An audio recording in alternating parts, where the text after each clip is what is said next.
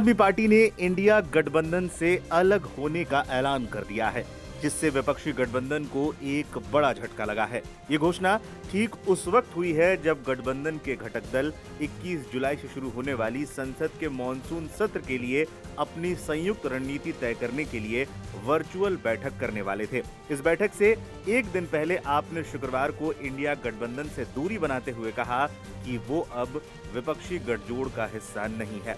आप सांसद संजय सिंह ने स्पष्ट किया कि उनकी पार्टी इंडिया गठबंधन की बैठकों में शामिल नहीं होगी। उन्होंने यहां तक कहा कि हमारी पार्टी और अरविंद केजरीवाल ने पहले ही साफ कर दिया है कि हम इंडिया गठबंधन से बाहर हैं। देखिए, इसमें निमंत्रण आने ना आने का कोई प्रश्न ही नहीं उठता। सवाल ये है कि भाई इंडिया गठबंधन लोकसभा चुनाव के लिए था, उसके बाद हमने हरियाणा का चुनाव अकेले लड़ा, हमने दिल्ली का चुनाव अकेले लड़ा, हम बिहार में चुनाव अकेले लड़ने जा रहे हैं, हमने पंजाब और गुजरात का उपचुनाव अकेले लड़ा। तो आम आदमी पार्टी ने अपनी स्थिति स्पष्ट कर दी है।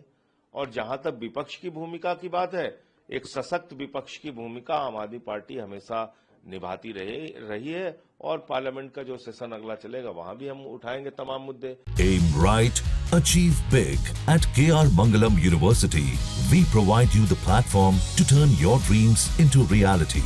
At KR Mangalam University. आपके मॉनसून सत्र से पहले इस तरह के रुख को लेकर कई तरह के कयास लगाए जा रहे हैं। एक सवाल उठ रहा है कि क्या आपका ये बाय बाय विपक्ष की एकता को झटका देगा? आइए समझते हैं। गठबंधन एकजुट, लेकिन आपकी राह अलग। कांग्रेस के महासचिव जयराम रमेश ने पुष्टि की है कि इंडिया गठबंधन की वर्चुअल बैठक में आपको छोड़कर सभी दल शामिल होंगे। कांग्रेस के महासचिव जयराम रमेश ने कहा, शनिवार को कई कार्यक्रमों के कारण लोग दिल्ली नहीं आ पाएंगे, इसलिए हम संसद सत्र से पहले ऑनलाइन बैठक करेंगे। इसके बाद दिल्ली में मुलाकात होगी। उन्होंने दावा किया कि इंडिया गठबंधन एकजुट है। उस पर कुछ कहने वाला नहीं हूँ, पर निमंत्रण तो सभी इंडिया गठबंधन के पार्टियों को गया है। जो आना चाहता है आएंगे, जो अपने आप को अलग रखना चाहते हैं वो अलग रखेंगे। बस मैं उस पर और कुछ नहीं कहूँगा। जो लोग आएंगे और एक सामूहिक शक्ति हम दिखाएंगे इस सत्र में। इसमें कोई दो राय नहीं है कि सिंदूर, पहलगाम, ट्रंप को लेकर जो अनेक मुद्दे हैं, इंडिया और पाकिस्तान, भारत और पाकिस्तान के युद्ध, ऑपरेशन सिंदूर को लेकर, और जो अनिल जनरल हमारे चीफ ऑफ डिफेंस स्टाफ ने सिंगापुर में खुलासा किया, ग्रुप कैप्टन शिव कुमार ने खुलासा किया इंडोनेशिया में, बाद में उप सेना प्रमुख लेफ्टिनेंट जनरल राहुल सिंह ने खुलासा किया। ये सब 3 वरिष्ठ सेना के अधिकारी, chief of defence staff, defence अटैचे Indonesia और उप सेना प्रमुख खुलासा करते हैं, और हमारी सरकार चुप है। रक्षा मंत्री चुप है, गृह मंत्री चुप है, प्रधानमंत्री तो चुप ही हैं।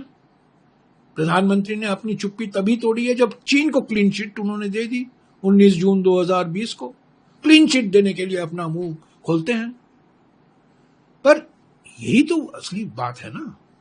तो ये इन बातों पर सभी पार्टी चाहते हैं कि प्रधानमंत्री आए और प्रधानमंत्री भाग ले और बोले। तृणमूल कांग्रेस, जिसके हाल के दिनों में कांग्रेस के साथ कुछ तनातनी रही है, उन्होंने भी कहा है कि उनके राष्ट्रीय महासचिव अभिषेक बनर्जी इस बैठक में हिस्सा लेंगे। बैठक में बिहार में मतदाता सूची के विशेष संशोधन, पहलगाम हमले पर चर्चा की मांग और अमेरिकी राष्ट्रपति डोनाल्ड ट्रंप के भारत पाकिस्तान शांति समझौते के दावों जैसे मुद्दों पर मंथन होगा। लेकिन आपके इस कदम ने सियासी गलियारों में हलचल मचा दी है। आपको फायदा कम, नुकसान ज्यादा होगा।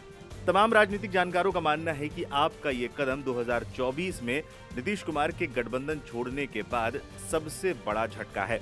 जानकारों का मानना है कि आपका बाहर निकलना गठबंधन के लिए 2 तरह से नुकसानदायक है। पहला, संसद खासकर राज्यसभा में गठबंधन कमजोर होगा। दूसरा, आप आगामी चुनावों में गैर बीजेपी दलों की संभावनाओं को नुकसान पहुंचाने के लिए उम्मीदवार उतार सकती है। इसके साथ ही जानकार ये भी मानते हैं कि इस फैसले से आपको फायदा कम, नुकसान ज्यादा होने वाला है। आम आदमी पार्टी का वोट बैंक करीब करीब वही है जो इस समय कांग्रेस का है।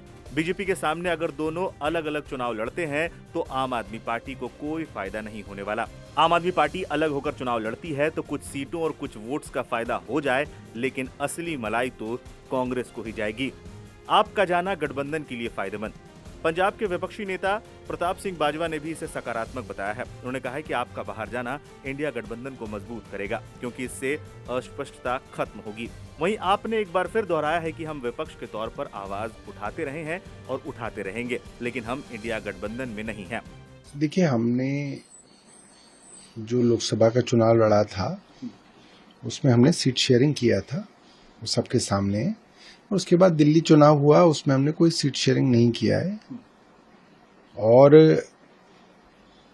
अभी फिलहाल जो है हम लोग अपोजिशन के जितने भी मुद्दे हैं उसको उठाते हैं। हमारे संजय सिंह जी जो है अपोजिशन की मुखर आवाज हैं, और अपोजिशन की तमाम पार्टियां, चाहे तृणमूल कांग्रेस हो, चाहे समाजवादी पार्टी हो, चाहे अलग अलग पार्टियां हों, उनके साथ हमारा समन्वय रहता है, मगर हम इंडिया गठबंधन में जो है वो नहीं।